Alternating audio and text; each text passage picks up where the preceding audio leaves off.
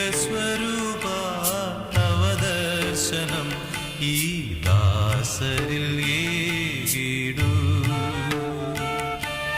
സ്നേഹസ്വരൂപ തവ ദർശനം ഈ ദാസരിൽ ഏകിടൂ. പരിമളമിയലാൽ ജീവിതമലരിൽ അനുഗ്രഹവർഷം ചൊരി